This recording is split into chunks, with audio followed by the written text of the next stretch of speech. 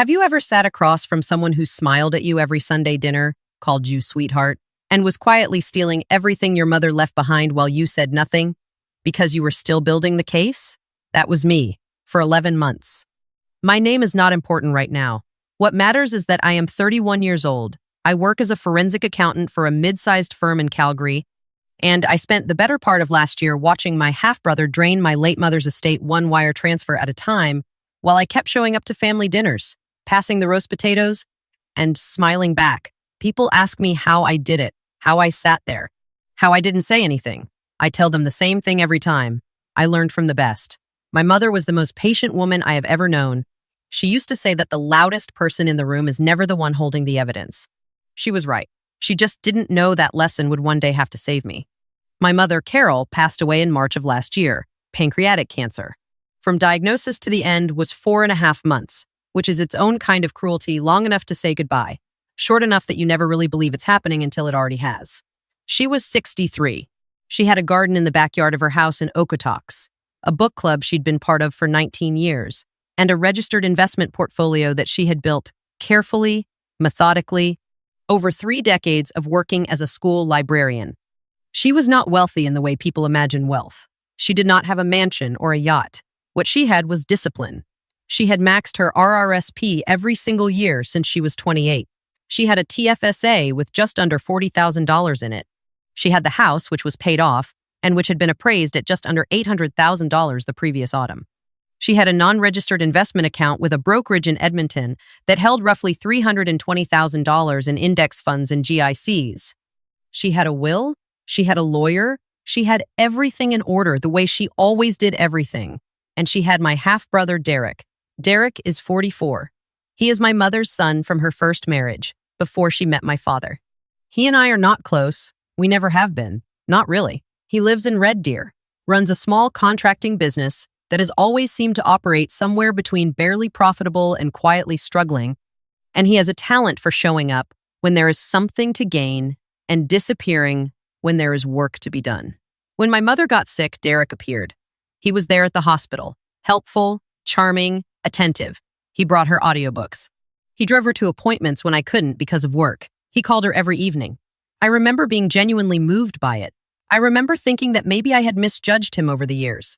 That grief had a way of bringing people together, of revealing who they really were underneath everything. I was not wrong that grief reveals who people really are. I was wrong about what it would reveal. My mother's will was straightforward. The house and its contents to be sold, with proceeds split equally between Derek and me. The investment accounts split equally. Personal effects divided according to a handwritten list she had attached as a schedule to the will. Her lawyer, a woman named Patricia, who had handled my mother's affairs for over a decade, had drawn it up, and it had been signed, witnessed, and filed properly. Patricia called me 2 weeks after the funeral to go over the estate process. Standard stuff. Probate in Alberta typically takes several months. The accounts would be frozen until the executor could be granted authority to distribute. Patricia reminded me that Derek had been named executor. I did not think much of this at the time. Derek was the older child. It made sense. My mother trusted him. So I thanked Patricia, told her I was available whenever she needed me, and went back to my apartment in Calgary and tried to figure out how to feel like a person again. The first sign that something was wrong came 6 weeks later. I had called Patricia to ask about the timeline for the Okotoks house going to market. Spring was coming. It was a good time to sell. She paused on the phone just briefly and said she wasn't entirely sure where things stood, that Derek had taken over communications and she had been dealing primarily with him. I asked her to send me whatever correspondence she had related to the estate. She said she would check with Derek first, as executor, before sharing anything. I sat with that for a moment. Then I said, very calmly, that I was a beneficiary of the estate and had a legal right to information regarding its administration, that I was not asking for permission. She sent me the documents that afternoon. I went through them that evening at my kitchen table with a glass of water and a highlighter. I am a forensic accountant. Reading financial documents is what I do. I find the things people try to hide between the lines of legitimate paperwork. What I found made my stomach drop. 3 weeks after probate had been granted, which had happened faster than Patricia had indicated, because Derek had filed everything without telling me. Derek had submitted a handwritten letter to the brokerage in Edmonton claiming that my mother had verbally expressed a wish to change the beneficiary designation on her non-registered investment account before her passing. The letter stated that she had intended Derek to receive the full balance of that account and that the written will did not reflect her true final intentions. The brokerage had not released the funds. They had flagged the letter and sent it back, requesting a formal legal document. But Derek had also filed an application with the Alberta courts to have the will partially varied on the grounds of unjust enrichment, a rarely successful argument, but one that would freeze the estate assets while the application was being heard. He had done this quietly, without telling me. I only knew because Patricia, to her credit, had included the court filing in the documents she sent. I closed my laptop. I sat in my kitchen for a long time, and then I started building the case. The thing about my job, the thing most people don't understand when I tell them what I do, is that financial fraud almost never looks dramatic from the outside. It doesn't announce itself. It hides inside normal-looking transactions, inside paperwork that seems procedurally correct, inside the gap between what someone says and what the numbers actually show. I knew Derek's contracting business had been struggling. I had heard it from my mother over the years, in the careful way she had of mentioning something without quite saying it. Derek's had a hard few quarters. You know how it is. I had never dug into it because it was none of my business. Now I started looking. Alberta Business Registry records are publicly searchable. Derek's company, Harwick Contracting Limited, had 2 outstanding judgments against it from subcontractors filed in the previous 18 months. The amounts were not enormous, $62,000 and $38,000 respectively, but they were there. His business account, which I accessed through a credit bureau search using methods available to licensed investigators and accountants, showed an average monthly balance that would not cover 6 months of operating expenses. He needed money. He needed it badly. And my mother's estate was the closest source. I also started paying closer attention to the estate accounts themselves. Patricia had sent me statements as part of the disclosure package. I went through them line by line. The house had not yet been listed. Derek, as executor, had the authority to manage the property during probate. He had engaged a property management company, a company I had never heard of, called Pinnacle Property Solutions, to handle the Okotoks property. I looked up Pinnacle Property Solutions. It did not exist in the Alberta Corporate Registry. No business number, no registered address. The only trace of it online was a badly formatted website with a Calgary phone number that, when I called it from a blocked number, rang 3 times and went to a generic voicemail. Derek was billing the estate for property management services through a company that appeared to exist only on paper. The billing was not large, $1,500 a month, but it had been running for 4 months, which meant $6,000 had left the estate and gone somewhere that was not a real property management company. I documented everything. I created a working file on my personal laptop, not my work computer, because this was not yet a professional matter. It was a personal one. I kept notes. I kept copies of every document. I dated every entry, and I kept showing up to family things. We have a cousin, Brenda, who hosts Easter every year in Airdrie. I went. Derek was there with his wife and their 2 teenagers. He hugged me hello. He asked how work was going. I told him it was busy, which was true. I asked how he was holding up since losing Mom, and he said it had been hard, that he missed her every day. His eyes got wet. He looked genuinely sad. I said I missed her too. I passed him the bread basket. I went home that evening and added 3 more items to my file. By month 4, I had documented what I believed was a pattern of executor misconduct. The fake property management billings. A second suspicious vendor, a company called Ridgeline Estate Services, that had billed the estate 2 invoices totaling $11,000 for what the invoices described as estate valuation and administrative consulting. Ridgeline, like Pinnacle, did not appear in any provincial business registry. I also found something that took me longer to piece together. The GICs in the non-registered investment account, 3 of them, totaling about $90,000, had matured in the weeks following probate. When GICs mature, the brokerage typically rolls them over or sends a notice asking for instructions. Derek, as executor, had received those instructions. He had directed the brokerage to liquidate the GICs and transfer the funds to the estate account. The estate account showed the transfer coming in, but 2 weeks later, there was an outgoing wire transfer of $87,000 to an account I could not identify from the estate records. The description in the statement said, legal fees and estate expenses, executor authority, $87,000 in one transfer, with no supporting documentation. I called Patricia. I asked her if she had authorized or received any legal fee payments from the estate in that amount. She said no. She said her firm had billed the estate approximately $4,000 to date and had been paid that amount through a separate smaller transfer weeks earlier. I asked her if she knew about the $87,000 transfer. There was a pause. She said she did not. I asked her what her obligations were as the estate lawyer if she became aware of potential executor misconduct. Another pause. Longer this time. She said she would need to review the file and call me back. She called me back in 40 minutes. She told me she was filing a complaint with the Court of King's Bench and that she was recommending I retain my own legal counsel immediately.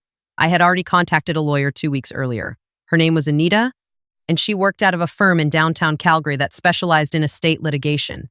I had sent her my working file, all of it, every document, every screenshot, every note. Her response, when she finished reading it, was, "You've done most of the heavy lifting already.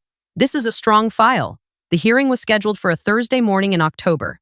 It was a chambers application, not a full trial, but a formal proceeding before a master of the court to determine whether Derek should be removed as executor pending a full investigation of his administration of the estate. I wore a gray blazer over a white shirt. I took the C train downtown and walked the last 4 blocks. I was early. I sat in the hallway outside the courtroom on a wooden bench, and I looked at my hands and I thought about my mother. Derek arrived with his lawyer, a man I didn't recognize, youngish, carrying a leather portfolio that looked newer than the shoes he was wearing. Derek himself was in a dark suit.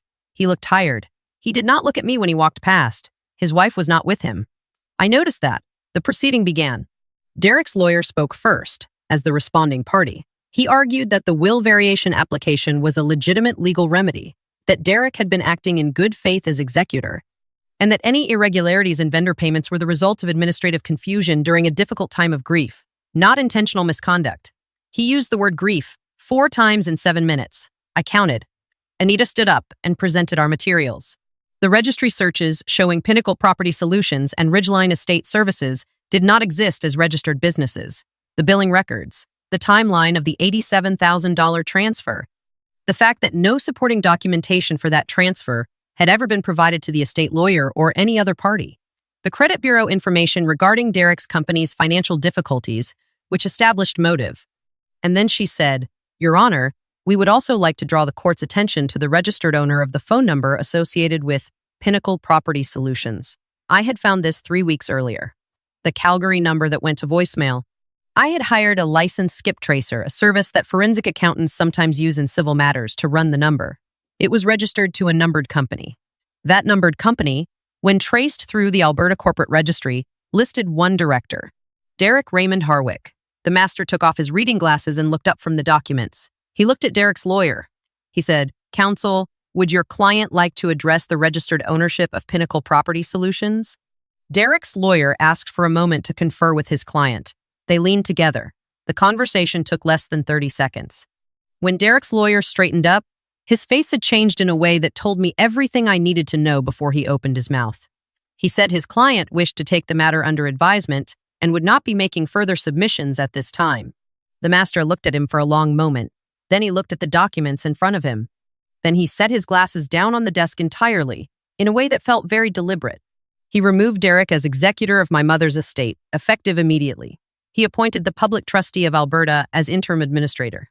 He ordered a full forensic review of all estate transactions. And yes, I was aware of the irony that a forensic accountant was now the subject of a forensic accounting review requested on her own behalf, and I did allow myself one small moment of private satisfaction about that. He referred the matter to the Alberta Crown for potential criminal charges related to breach of trust and fraud. He also ordered Derek to personally repay all amounts transferred through Pinnacle Property Solutions and Ridgeline Estate Services, plus interest, within 60 days. Derek said nothing. He stared at the table. His lawyer packed up the leather portfolio. I sat very still. Outside the courthouse afterward, Anita shook my hand and said I had been remarkably composed throughout the entire process. I told her I had good practice sitting at dinner tables. She laughed. She thought I was joking. I was not joking, but I appreciated the laugh. The criminal matter is still proceeding as of now. I am not the one driving that process, the Crown is. What I know is that Derek has retained new counsel and that the forensic review of the estate confirmed total misappropriated funds of just over $112,000 when all the phantom vendor payments and the $87,000 transfer were traced and accounted. 4. The court has ordered repayment. Whether Derek has those funds is a matter I will leave to the public trustee and the courts to work through. The Okotoks house went to market in January. It sold in 9 days for $835,000. The garden was mentioned in the listing description, mature perennial garden, lovingly maintained, and I had to close my laptop and go for a walk around the block when I read that. I took some of my mother's perennials before the sale closed. I dug them up myself on a cold Saturday afternoon in November, wrapped them in burlap, and brought them back to Calgary in the back of my car. I have a small balcony. I'm not sure if they'll survive. I planted them anyway. My mother's TFSA was transferred to me as the sole surviving designated beneficiary. That account passed outside the estate and outside Derek's reach, which he may not have fully understood when he was busy constructing phantom companies. The investment accounts are being distributed according to the original will now that the public trustee is administering the estate, which means the equal split my mother intended will be honored. Yes, even Derek's half, because that is what she wanted, and I am not in the business of overriding what my mother wanted. People find that last part surprising. They want me to be angrier about it. They want the ending where he gets nothing. But my mother made that will when she was clear-eyed and healthy, and she chose to leave something to her son. I am not going to stand in the way of that.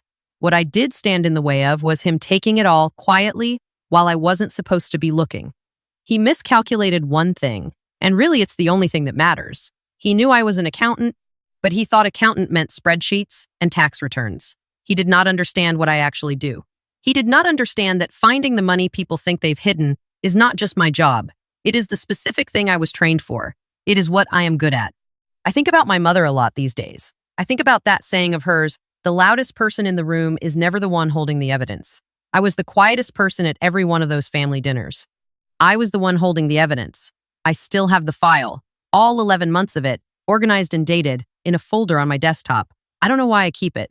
I think maybe because it represents something all those evenings at my kitchen table, all those searches, all those documents, all those moments of sitting across from someone who was counting on me to not look too closely. I looked. My mother taught me that patience is not passivity. It is preparation disguised as stillness. I don't know if she knew the lesson would land like this, but I think she would have approved.